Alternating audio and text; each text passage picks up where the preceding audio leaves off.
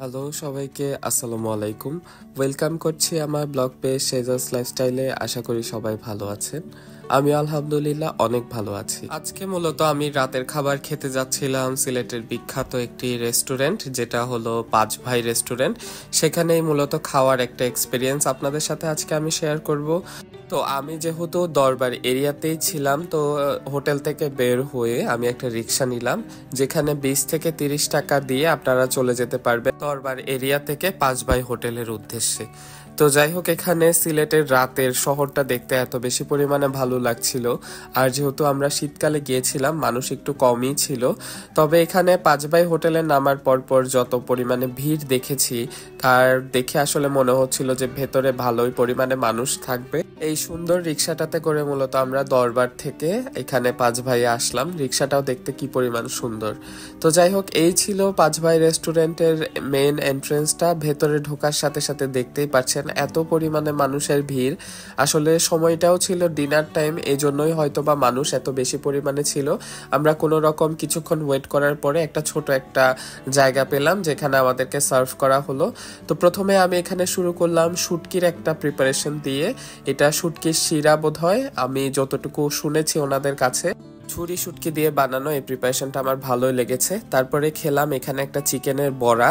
এই বড়াটা আমার তেমন একটা জমেনি, আমার কাছে মনে হয়েছে যে পুরোটাই ডাল দিয়ে তৈরি। তারপরে এখানে একটা রাই শাকের ভর্তা খেলাম। এই ভর্তাটা মোটামুটি ভালোই লেগেছে আমার কাছে, একটু ঝাঁঝালোও ছিল। তারপর এখানে আমরা আরো নিয়েছিলাম চিকেন, তারপরে এখানে চিংড়ি, তারপর সাথে ছিল ডাল। তো এখানের কিছু কিছু ব্যাপার আমার কাছে খুবই খারাপ লেগেছে, যেটা হলো এখানে একটা প্রিপারেশন আনার পর তারা আসলে ব্যস্ত হয়ে যায়, যার কারণে আপনি শান্তিমতো এখানে বসে খাবার খেতে পারবেন না। কারণ একটা জিনিস আনার পরে যখন আপনি ওয়েট করবেন খাবারের জন্য, তখন আপনার এমনিতেই বিরক্ত লাগবে। তো এখানে আমি চিংড়ির মাছটা দিয়ে খাচ্ছিলাম। চিংড়িটা ছিল অসম্ভব মজা।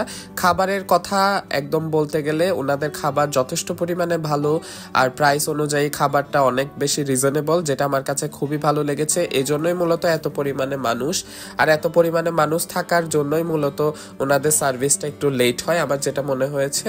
তারপরেও খাবারটা খেয়ে একটু ভালোই লেগেছে আমার কাছে।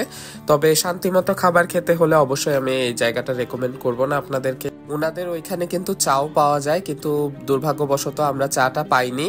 তো আমরা বের হয়ে সামনাসামনি একটা দোকান ছিল, দেখলাম সেখানে দুধ চা ওনারা বিক্রি করছিল।